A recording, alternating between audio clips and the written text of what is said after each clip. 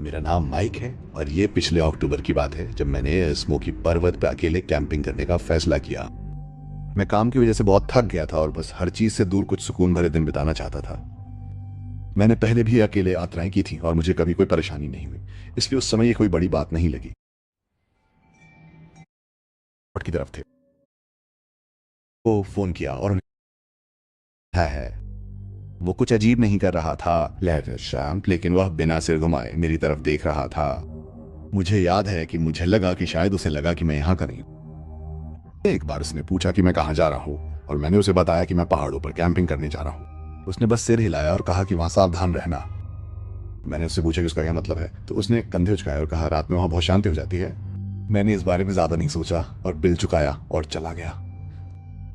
दोपहर होते मैं उस जगह पहुंच गया जहां मुझे गाड़ी पार्क करनी थी। ये एक ट्रेल हेड के पास एक मिट्टी का खंबा था और आस पास कोई गाड़ी नहीं थी। शायद मुझे कहीं और जाने के लिए पहला संकेत होना चाहिए था, लेकिन मुझे अकेले रहने का विचार पसंद है। मैंने अपना बैग और सामान उठाया और हाइकिंग शुरू कर दी। रास्ता बहुत कठिन नहीं था, लेकिन उम्मीद से ज्यादा समय लग रहा था और मुझे अंधेरा होने के करीब कैंप लगाना होगा। आखिरकार मुझे एक छोटी सी जगह मिली जो देखने में अच्छी लग रही थी। वो समतल थी और उसमें मेरे टेंट और एक छोटी सी आग के लिए काफी जगह थी। अंधेरा होने से पहले मैंने जल्दी सारा सामान सेट कर लिया।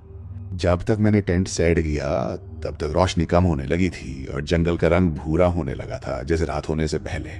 मैंने कुछ लकड़ियां इकट्ठी की और एक छोटी सी आग जलाई। आग के पास बैठकर मुझे पहले तो अच्छा लगा। मैंने कुछ स्मोर्स बनाए और जंगल में होने वाली आम आवाजों को सुना, जैसे पेड़ों के बीच से कीड़े और हवा का आना। करीब आधे घंटे बाद मुझे कुछ ऐसा सुनाई दिया जो बाकी आवाजों से मेल नहीं खाता था। ये पत्तों पर कदमों की आवाज थी, निश्चित रूप से इंसानों के कदमों की। मैंने ऊपर देखा तो एक आदमी पेड़ों के बीच करीब 30 या 40 फीट की दूरी पर खड़ा था। वो मेरे ठीक सामने खड़ा था। कम रोशनी की वजह से मैं उसका चेहरा साफ नहीं देख पा रहा था, लेकिन मैं बता सकता था कि वो मुझे देख रहा था। मैंने आवाज देके पूछा कि क्या वो ठीक है। वो आग की रोशनी के किनारे थोड़ा और करीब आया और नमस्ते कहा और नमस्ते का बस एक ही शब्द और कुछ नहीं। मैंने पूछा कि क्या वो पास में डेरा डाले हुए है और उसने मेरे सवाल को टालते हुए दूसरा सवाल पूछा कि क्या मैं वहां अकेला हूं। उस सवाल से मेरा पेट थोड़ा सा बैठ गया। जवाब देने से पहले मैं झिझका और फिर उससे कहा कि नहीं, मेरे दोस्त जल्द ही मुझसे मिलने आ रहे हैं। ये सरासर झूठ था। मैं अपने बचाव में कुछ नहीं लाया था और मुझे लगा कि ये दिखाना कि मैं अकेला नहीं हूं सबसे समझदारी भरा कदम होगा। उसने बस धीरे से सिर हिलाया, जैसे उसने मेरे जवाब को स्वीकार कर लिया हो। फिर वो मुड़ा और बिना एक और शब्द कहे वापस जंगल में चला गया। मैं उसे पूरे समय देखता रहा। जैसे वो दूर होता गया, वो पेड़ों के बीच अंधेरे में घुलता माइनस मिलता गया। पूरी तरह से गायब होने से ठीक पहले वो रुका और मेरी आंख की ओर मुड़ा। वो फिर से मेरी ओर मुंह करके खड़ा हो गया।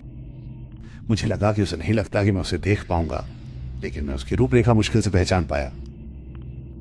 वो कई मिनट तक वहीं खड़ा रहा। मैं नहीं चाहता था कि उसे पता चले कि मैं उसे देख रहा हूं, इसलिए मैंने अपने फोन को देखने का नाटक किया। मेरा पूरा शरीर तनावग्रस्त हो गया था और जब तक वो बाहर था मुझे अपने टेंट में जाने में सुरक्षित महसूस नहीं हुआ। आखिरकार मैंने ऊपर देखा और वो चला गया था। मैं आग के पास 20 से 30 मिनट तक बैठा रहा और किसी और हलचल को सुनने की कोशिश कर रहा था। मुझे कुछ और नहीं सुनाई दिया, लेकिन मैं अब भी शांत महसूस नहीं कर रहा था। मैंने आखिरकार आग बुझाई और अपने टेंट में चला गया। मैंने खुद से कहा कि मैं ज्यादा प्रतिक्रिया दे रहा था और वो शायद एक और कैंपर था जो उत्सुक था। लेकिन मुझे नहीं लगता कि मैं कभी पूरी तरह से शांत हो पाया। लगभग 1 घंटे बाद मैंने सुना फिर से कदमों की आहट। इस बार वे बहुत करीब थे। मैं उन्हें मेरे कैंप साइट के चारों ओर धीरे घूमते हुए सुन सकता था, मेरे टेंट के चारों ओर पत्तियों की चरमराहट। फिर वे ठीक बाहर रुक गए। सब कुछ पूरी तरह से शांत हो गया। मैंने अपनी सांस रोक ली बिना ये जाने कि मैं ऐसा कर रहा हूं। मुझे नहीं पता था कि कोई मेरे टेंट के पतले कपड़े के ठीक बाहर खड़ा था या मैं कल्पना कर रहा था या मैं। लेकिन फिर मैंने ठीक बाहर एक आदमी की सांस छोड़ते हुए आवाज सुनी। ये तेज नहीं थी, बस एक धीमी सांस थी, जैसे कोई स्थिर खड़ा हो। और मेरा मतलब ये नहीं था कि मुझे सुनाने की कोशिश कर रहा था, कि मैं बस इतना अधिक ध्यान केंद्रित कर रहा था कि मैंने कुछ ऐसा सुना जो मैं आमतौर पर नहीं सुन पाता। मेरी हर वृत्ति ने मुझे हिलने या आवाज न करने के लिए कहा था। मुझे डर था कि अगर उसे पता चल गया कि मैं जाग रहा हूं तो वो कुछ कर सकता है। इसलिए मैं पूरी तरह से शांत रहा, सोने का नाटक कर रहा था। भगवान जाने कितनी देर बाद मैंने कदमों की आहट फिर से धीरे दूर जाते हुए सुनी। मैंने खुद को सामान्य रूप से सांस लेने में भी काफी देर लगाई। लगभग 10 मिनट बाद कदमों की आहट फिर से आई। ये वही चक्कर था तंबू के चारों ओर। फिर वो फिर रुक गया और फिर वही खामोशी। घंटों तक यही चलता रहा। कभी माइनस कभी कदमों की आवाज दूर चली जाती और मुझे लगता कि वो चला गया। फिर वे फिर से आते, या तो वो चला जाता और वापस आ जाता, या फिर पेड़ों के बीच कहीं खड़ा होकर बस देखता रहता और जब भी मन करता करीब आ जाता। मैंने कभी किसी की बातचीत नहीं सुनी, लेकिन कदमों की आवाज से मुझे ऐसा लगा कि अब ये सिर्फ एक व्यक्ति नहीं है।